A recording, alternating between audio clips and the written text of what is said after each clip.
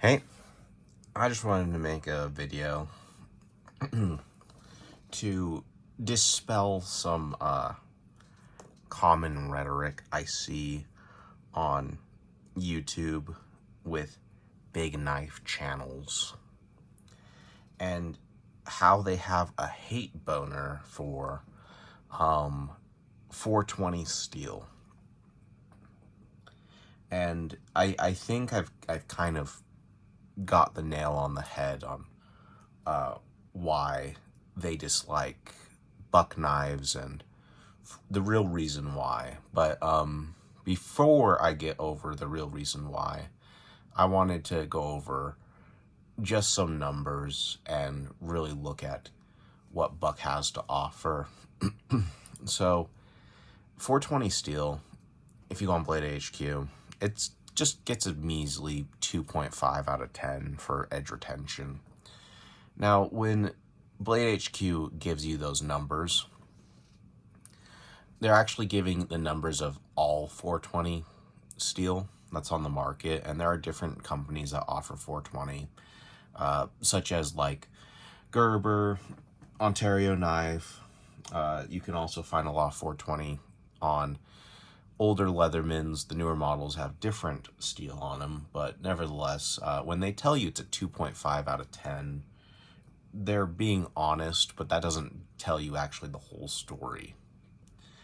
When Buck Knives does its 420 steel, it does a boss heat treatment. And essentially what I have figured out, and well as other people, like Cedric and Ada, YouTube channel, where he does his sisal rope tests, he finds that the 420 steel actually tends to outperform the other entry-level steels, such as like OS 8 and HCR 13 MOV, and sometimes it has outperformed 14C28N, and sometimes it underperforms it. But OS 8, for HCR 13 MOV, 14C28N, they are all essentially known as the bottom of the barrel entry-level steels. And same with 420 HC. And the weirdest thing about this is that, like I said, when 420 steel is done incorrectly by certain companies, it doesn't get full advantage of the steel's properties, quite like when Buck does it. When Buck does this 2.5 goes to like a 3.5. They tend to get double the performance out of the steel to basically nullify this idea that it's worse. So I wonder where this criticism comes from, because Buck Knives doesn't really need to change its formula. That's right here too. It's like they say 420 steel sucks and Buck really needs to upgrade their steel. And I hear this is and that. Yet at the same time, I see them, they do so many reviews for knives that are on HCR 13 MOV or in OS 8 or 14C28N. And they have nothing but praise for these companies.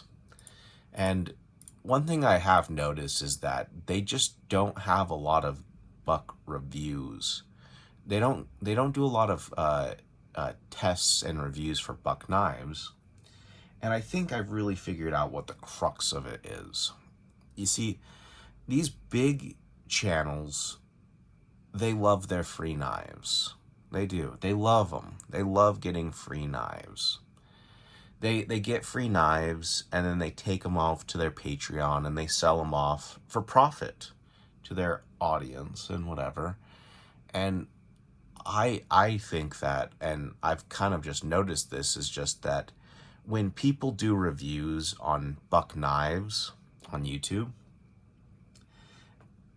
the only way they've really gotten that knife is because they pay out of pocket for it.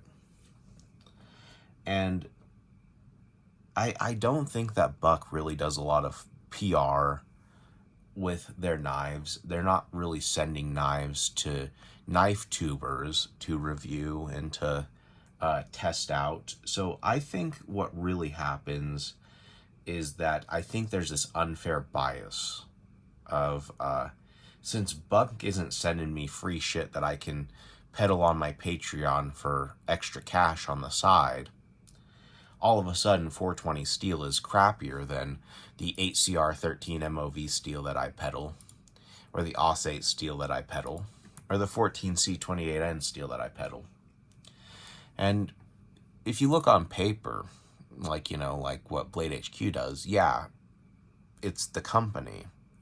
And when Buck does it, it gets double the performance, where it would actually retains a better edge than AUS8 and 8CR13 and 14C28N.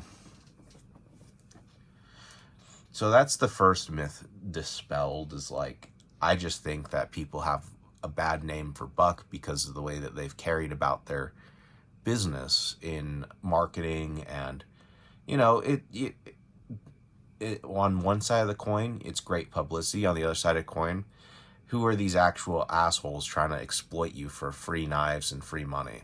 You know what I mean? So there's two sides of every coin, and that's the first half of it. And the second half of it is just like, these are people who are just like, you know, these are all just like entry level steels. Like, let's be honest, they're all basically the same. Buck just does it just a little bit better than these other companies, where they're coming from Japan and China and Sweden, and it really doesn't matter. But the one last thing I wanted to talk about is what's really important about Buck knives and their actual intended use that doesn't get talked about, is that Buck knives are hunting knives, and they are built in a very specific way to be hunting knives. And it's all based upon the grind that they have on the knife. The grind that is used is, I can't recall the name off the top of my head, not a flat, whatever. But the point is that the grind that is used is a very, very thin grind on the steel.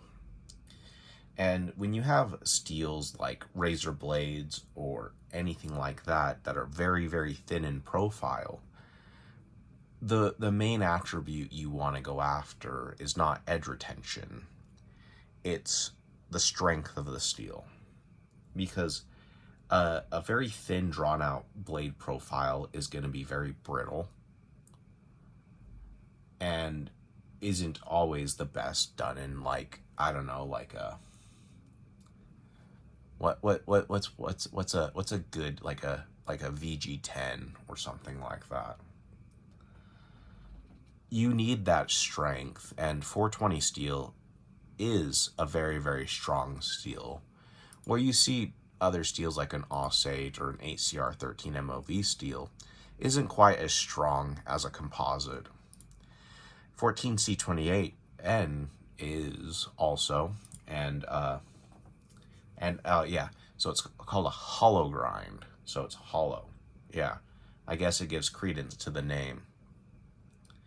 So it baffles me, because for what Buck is trying to do with their steel and why they still use it, it still makes sense. It still outclasses a lot of these other steels that are used by China and Japan, and it's beating them at its own game. And when it doesn't beat it at their own game, it's still beating them at edge retention.